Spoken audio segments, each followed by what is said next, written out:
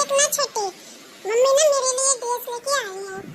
कहती है हमेशा तो साड़ी पहनती है, तेरी सास तो कुछ पहनने नहीं देती है। अब मैंने बहुत मना किया और मम्मी मानी ही नहीं। वाह दीदी कितनी सुंदर लग रही हो आप। छोटी और भी ड्रेस है, तू पहन ले।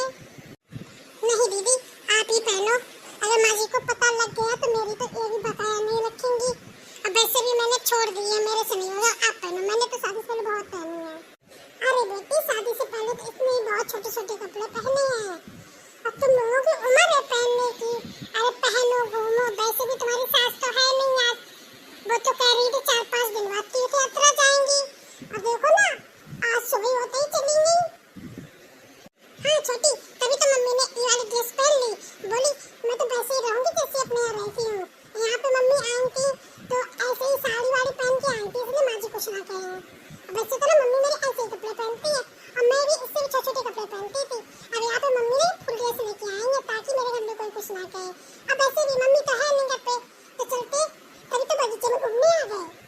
हाँ दीदी, अब वैसे भी बगीचा कौन सा बाहर है, वो भी तो हमारे घर के आसपास है, यहाँ पर कौन आएगा, अंदर कोई नहीं। चलो ना दीदी घूमते हैं। अरे बेटे पहले जूते तो पहन ले, जूते तो नहीं पहन के आई, चल जूते पहन ले। पहन लिया मम्मी जूते। देख छोटी मम्मी मेरी मैचिंग के जूते भी लाई हैं।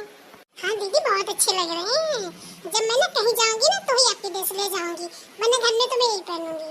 अरे हाँ हाँ छोटी क्यों नहीं, तेरे ही तो है सारे कपड़े, तेरा हमारा कुछ बचा थोड़ी ना है। हाँ हाँ बेटा तुम दोनों ऐसे ही रहना प्यार से बहनों की तरह।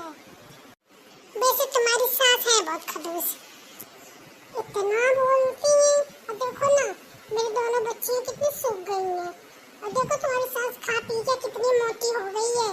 उसे ना थोड़ा कम खाना दिया करो, मोटी भैंस ऐसी हो रही है। और मुझे देखो मैं कितनी स्लिम हूँ।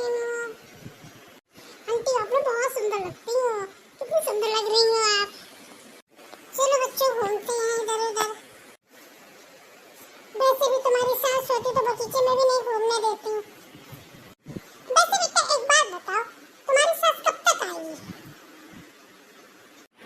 अरे आंटी वो जब जाती है ना तो 1-1.5 महीने रह के आती है। पहली बात तो उनकी बेटी यहाँ पर हमेशा रहती है, अगर उनकी बेटी ससुराल चली भी जाए तो वो अपनी बेटी क्या रह के आती है, यहाँ पे तो बहुत कम रहती है। और कहने को तो ये कहती है कि हमारे यहाँ का रिवाज है, बहुओं की माँ नहीं आती है, अपना तो बेटी यहाँ पड़ी रहती है, उसका क्या। अरे इतना परेशान करती है हम लोगों को, अब वो चली जाती है तो हम लोग आजादी से रहते हैं, ना तो चैन से खा पाते हैं, ना पी पाते, ना सो पाते। सुबह सुबह से 5 बजे से बहू उठो चाय, हमें कोई चाय तो बना दे, चाय तो बना दे, इतना सुबह सुबह से दिमाग खाती आंटी। अब देखना कल आराम से सोएंगे। खुद एक कप चाय भी नहीं बना के पी सकती है बुढ़िया, मोटी तो इतनी है।